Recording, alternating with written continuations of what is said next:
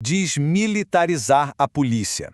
Olha, é uma ideia que soa bem, que promete paz, mas que, na verdade, esconde um campo minado de contradições. Por trás dessa busca nobre por uma sociedade mais humana e segura, existe um verdadeiro labirinto de desafios práticos, financeiros e sociais. Nesta análise, a gente vai mergulhar fundo nesses dilemas que fazem desse ideal um dos debates mais complexos do nosso tempo. Mas antes de mais nada, o que exatamente significa desmilitarizar? Pensa assim: menos guerra ao crime e mais servir e proteger. A ideia central é trocar aquela lógica de combate, o treinamento de confronto e a mentalidade de nós contra eles por uma abordagem que foca na comunidade, na mediação, na inteligência. É uma virada de chave, uma mudança de paradigma. Mas como a gente vai ver, essa transição, ela está longe de ser simples. Para a gente conseguir montar esse quebra-cabeça, nosso caminho vai explorar 5 questões centrais. Primeiro, qual a promessa por trás da desmilitarização? Segundo, como é que se garante a segurança sem uma força de combate? Terceiro, quem paga a conta dessa humanização toda? Quarto, como é que se constrói confiança no meio do caos? E por fim, como conciliar o ideal com a dura realidade? Vamos começar pelo começo, né? Pelo coração do apelo dessa ideia, a promessa. Por que será que o conceito de desmilitarização é tão atraente para tanta gente? A resposta está aqui, na nossa primeira sessão, a visão, talvez um pouco idealizada, de um futuro de paz. Essa frase aqui resume perfeitamente o poder desse discurso. E a palavra encantador não foi escolhida por acaso, não. Ela evoca um ideal quase mágico, uma solução que parece resolver de uma vez só problemas crônicos de violência e abuso de força. É a imagem de um futuro onde o diálogo substitui o confronto. Mas a realidade, como a gente bem sabe, costuma ser bem menos encantadora. E é exatamente aqui que a utopia encontra o mundo real. De um lado, o sonho da paz, da harmonia, do outro, a violência que não espera por discurso, o crime organizado que não senta em mesa de diálogo. É nesse choque brutal que a primeira grande contradição da desmilitarização se revela com toda a força. Isso nos leva direto ao nosso segundo ponto. Se a promessa é de paz, qual é o preço da segurança? Vamos deixar um pouco o campo das ideias e entrar no terreno do pragmatismo para analisar o desafio prático que a desmilitarização enfrenta no dia a dia. A pergunta é simples, mas a resposta é assustadoramente complexa.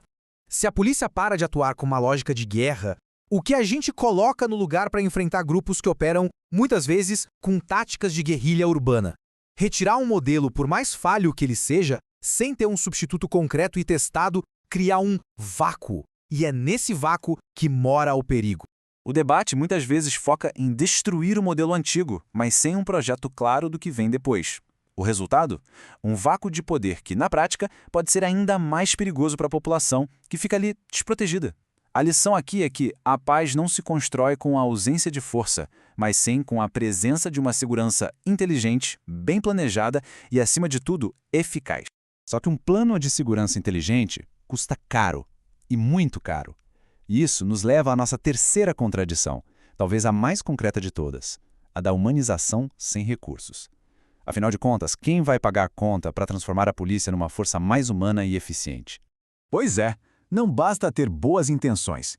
Treinamento de ponta, tecnologia para investigação, salários dignos que atraem os melhores profissionais, psicólogos para a tropa, tudo isso exige um investimento massivo. A grande questão é: a sociedade está disposta a pagar o preço de uma polícia melhor? Ou será que o discurso da desmilitarização é, em alguns casos, só uma forma de cortar custos, mascarada de progresso social? Aqui a gente vê a ponte quebrada entre o discurso e a realidade. De um lado, o desejo por mudança, cartazes pedindo uma nova polícia. Do outro, o cofre vazio e orçamentos cada vez mais apertados. Sem um investimento sério, planejado e contínuo, a tal humanização da polícia corre o risco de virar só uma palavra bonita no papel, sem impacto nenhum na vida real das pessoas. Mas a questão não é só dinheiro, é sobre pessoas. E aqui a gente entra no terreno mais delicado e complexo de todos: a relação entre a polícia e a comunidade que ela deveria servir. Prepare-se para o paradoxo da confiança. Tenta imaginar o dilema de quem vive numa área de risco. A pessoa quer uma polícia que proteja, mas não oprima. Que seja forte contra o crime, mas gentil com o cidadão de bem. Que apareça rápido quando chamada, mas que não seja uma presença intimidadora no dia a dia. É esse o paradoxo que atormenta as comunidades mais vulneráveis. E a resposta para esse enigma, ela está longe de ser óbvia. Para quem ouve tiro da janela de casa, para quem tem medo de sair para trabalhar, o debate sobre policiamento comunitário e mediação de conflitos pode parecer um luxo inalcançável. A prioridade número 1 é sobreviver até o dia seguinte. E é essa urgência pela segurança imediata que muitas vezes se perde nos discursos idealistas sobre desmilitarização. Essa é a grande encruzilhada. Como construir pontes de confiança num campo de batalha? A verdade é que em muitas comunidades a desconfiança na polícia só é menor do que o medo do crime. E enquanto essa equação brutal não mudar, enquanto a necessidade de proteção imediata falar mais alto que qualquer outra coisa, a paz vai continuar sendo um sonho distante.